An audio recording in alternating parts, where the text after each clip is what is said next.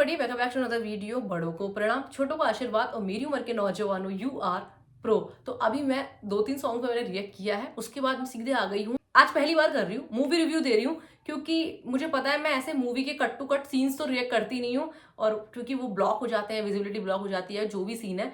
But मैं फिलहाल अपना रिव्यू देने आई हूँ, क्योंकि मैंने इससे पहले एक ट्रेलर में बोला था कि अगर मेरे को देखने को मिलेगा तो मैं पक्का देखूंगी, क्योंकि मैं घर से बाहर थिएटर पे जाके तो नहीं देख पा रही हूँ, लेकिन अगर घर के अंदर किसी प्लेटफॉर्म पे आ रही है तो पक्का देख ले रही हूँ। बात कर रही हूँ चमकीला मूवी की। चमकीला मूवी का पॉइंट टू पॉइंट बताऊं मैं, दिलजीत दोसांझ ने बहुत प्यारा काम किया है। परिणीति ने हर एक चीज को उनके कॉपी किया है। जो भी उनकी पार्टनर, अब मैं नेम इधर उधर हो सकता है, लेकिन जो उनकी पार्टनर थी उनका जिस तरीके से ओरिजिनल क्लिप्स दिखाई है ना मूवी में, उन्होंने लास्ट में गाते टाइम कि वो ऐसे गाते थे साथ में, तो उनकी छोटी छोटी चीज को जो कॉपी करना है वो टोटल परिणीति करी है।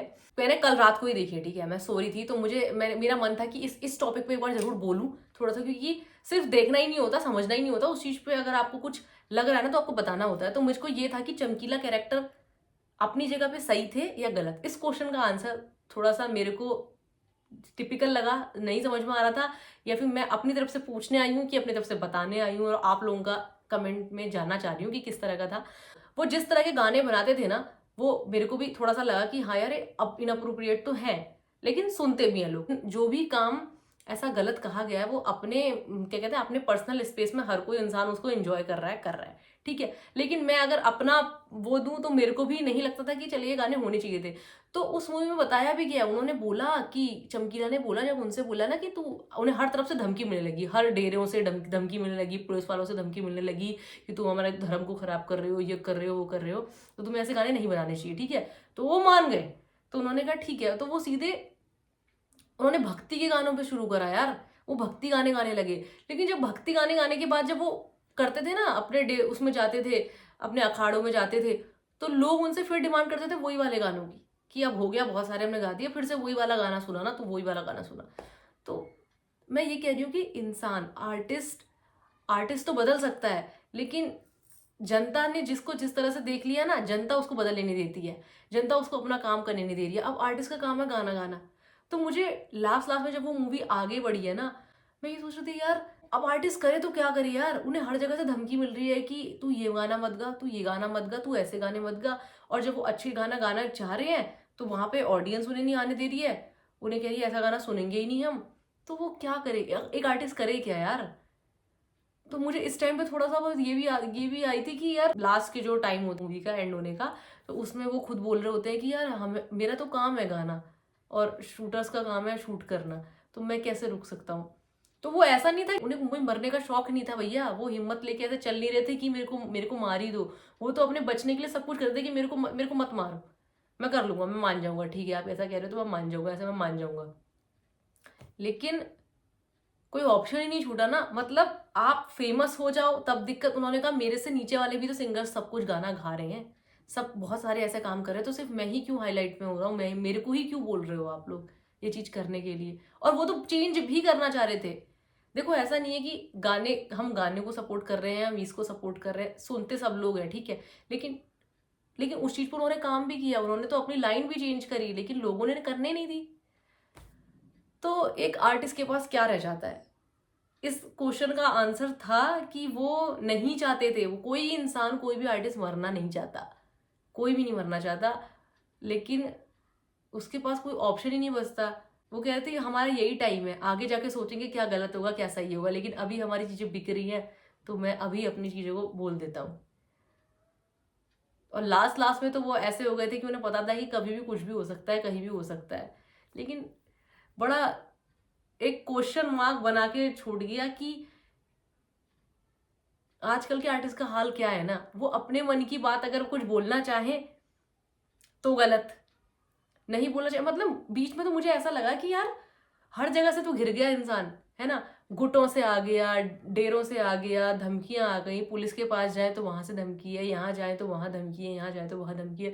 तो फिर वो काम कैसे करे, वो उस फील्ड में अपना काम कैसे करे, उसे चेंज भी करे तो कैसे करे। ठीक है, उनने गलती करी, उन्होंने कहा कि हाँ मैं उसी चीजों को सुन के बड़ा हुआ, ये चीजें कर रहे थे, और मुझे पता है ऑडियंस क्या सुनती है। सबसे बड़ी बात उन्होंने यही बोली ना, सुनने वाले भी तो बेकार है ना। जो उस चीज को सुन रहे हैं वो बेकार है। वो मेरी बिक कैसे रही है? अगर मैं गंदा काम कर रहा हूं तो फिर आप भी गंदे हो, आप लोग सुन रहे हो तो। इसका आंसर ये था कि शायद एक ऑडियंस ही खराब है हम, है ना, शायद एक जनता ही खराब है जो पहले उस चीज को अप्रिशिएट कर रही है, और फिर जब इंसान कोई चीज अलग उसमें आ रहा है तो उस मतलब तरह तरह के लोग तभी बोला गया है कि ना इस तरह के ना उस तरह के, हर हर चीज में लोगों को बोलना है।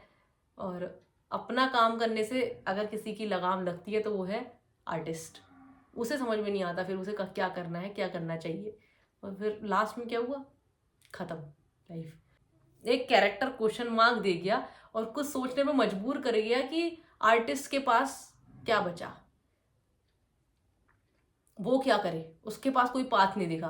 तो भैया इम्तियाज अली ने बहुत कुछ सही से दिखाया। उन्होंने ये भी दिखाया कि मतलब जो लो कास्ट कैटेगरी का था चमकीला, मतलब उन्होंने बोला था कि मैं चमार हूँ, तब तुम मेरे साथ ऐसा कर रहे हो, क्योंकि उन्होंने दूसरी बार किए तो उन्होंने बहुत अनोखे अनोखे काम, झूठ बोल के अपनी शादी बचाई कि मैं इसके साथ मेरी जोड़ी ना खराब हुए तो मैं वो कर लेता हूँ, क्योंकि वो कैरेक्टर था। वो ये नहीं दिखा रहे कि वो भगवान है भैया, वो एक कैरेक्टर था, वो इंसान था, उसने अपनी गलती, उसने अपने लिए कुछ भी किया, अपने एक गाने को बचाने के लिए सब कुछ किया, लेकिन उसी गाने की वजह से वो, उनकी जो लाइफ थी जो एक बड़ी हो सकती थी वो सिमट गई।